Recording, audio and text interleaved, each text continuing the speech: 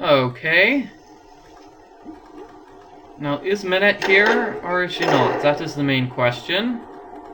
Is she around? She's not around. She's not here. Which is good news for you, Nancy, because you can finally solve the mystery. See this? I need something that's the same shape as this. Remember how you found this while you were hanging around in the sewers in your little wetsuit? And what was the code? It was something like red, blue, red, blue, and then red. Whoa! Graphics time. This starts the windmill and opens up the secret passageway.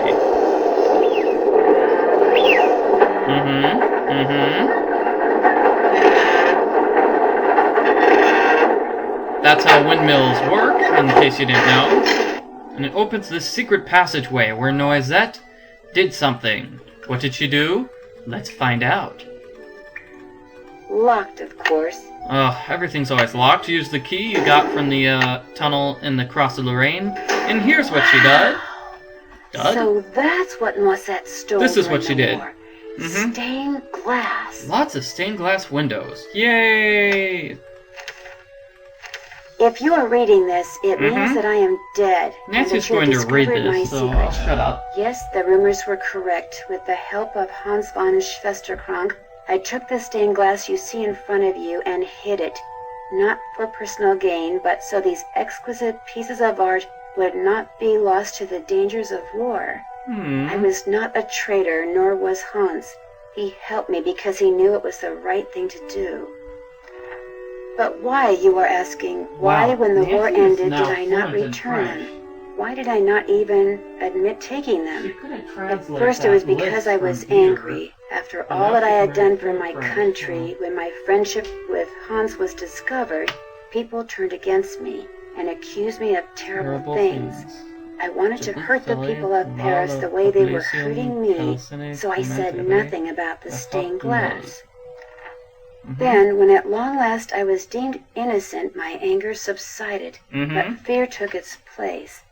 I was afraid that if I revealed what I had done, the accusations would start up again, and people would once again call me a criminal and question my motives and assail my character, and it would have been too much to bear. Hans had gone back to Germany, and despite his promises to the contrary, I knew I would never see him again.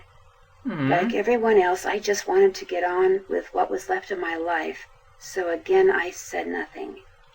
And gradually time passed, and Paris healed, and I healed. Yet the right time for telling the world my secret never seemed to come.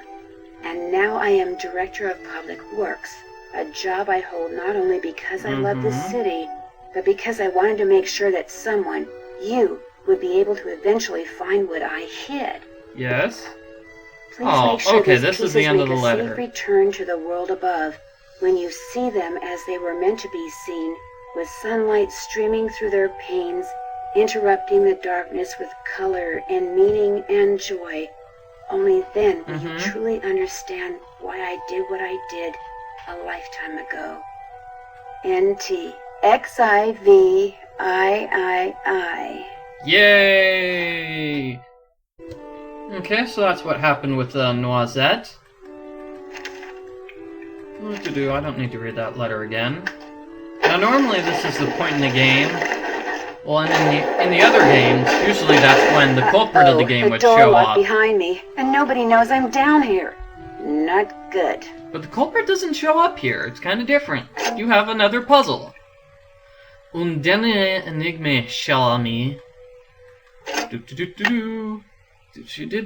Now, if you're in junior mode, the task list basically tells you what to do to solve the puzzle. But all you have here is X, IV, and II, which is 10, 4, and 10, 4, what was it? 10, 4, and 3. So let's set this to 10, 4, and 3. Good, good, good. Now what are you supposed to do? Ah! Let me back away from the machine so I can show you what you're supposed to do. Now see, you have these letters un derrière énigme shalami.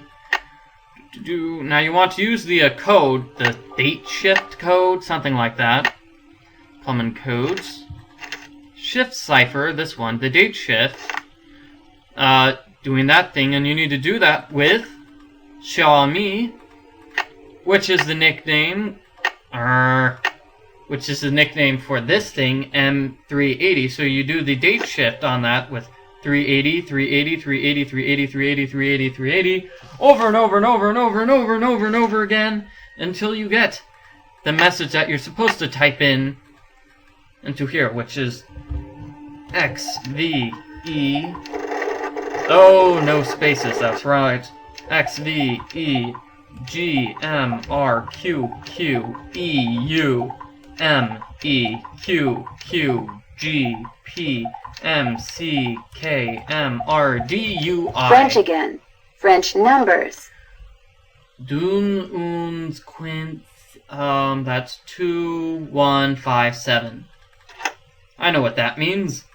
2157, so that's the answer. 2157.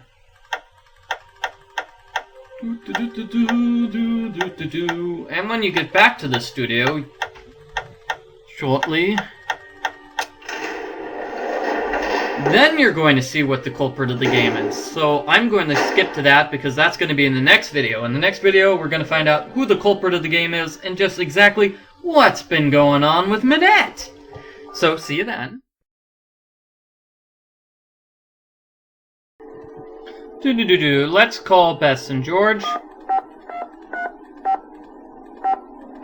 4468. See if there's anything we can talk to them about. Hello? It's me. How was your run? Jog. It was definitely a jog. And the best part is, it's over. What's going on, Nan?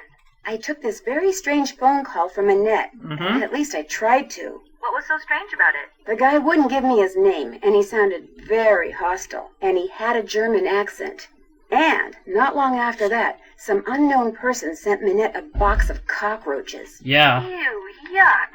Tell me about it. They got loose all over her office, and she made me find them and put them back in the box. Mm-hmm. Double yuck. Did any kind of note come with them? Nope. Sending anonymous letters is one thing, but sending live vermin sounds to me like things are getting personal. Yeah. Let's just hope they don't start to get deadly.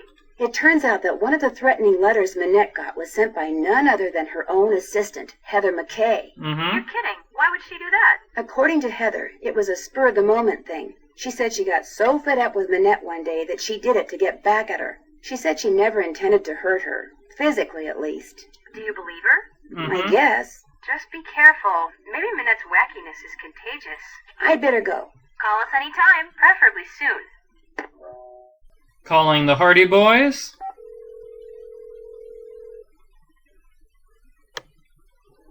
Hello? Hi, Frank. It's Nancy. Is Joe there, too? Joe, pick up. It's Nancy. Right here. Hey, Nance, is Jing Jing with you? Well, yes, she is, but... Let me talk to her, just for a second. Joe, she's busy, and I really don't know her that well. You're not talking about me, are you? Oh my gosh, that was her? That was J.J. Ling? Joe, you're hyperventilating. Of course I'm hyperventilating. That was J.J. Ling. What else is going on, Nan? Oh, you can't talk to them about anything, but you can hear that funny conversation. Au revoir. Au revoir. Au revoir. Ditto. Ha ha ha, Joe can't speak French. The airline lost my luggage once, told me it was gone for good and paid me $100. Then 5 years later, my suitcase shows up on my doorstep. And a bill for the $100 they paid me. Plus interest. Oh my gosh, really? What? You don't believe me? No. Actually, no. Ooh, you're honest, you're smart. You and I are gonna get along great, Nancy Drew. You were right not to believe me. I made it up. See, to be a good model, you kind of have to be a good actress, too. So sometimes I make things up, just for practice. Just to see if I can get people to believe me. Doesn't that make people kind of mad? Some people, yeah. But I don't do it to be mean. And it's not like I'm hurting anybody. I'm just being creative. I've got some people convinced that I won the lottery and am actually a millionaire. It's kind of fun. You like chocolate chip cookies?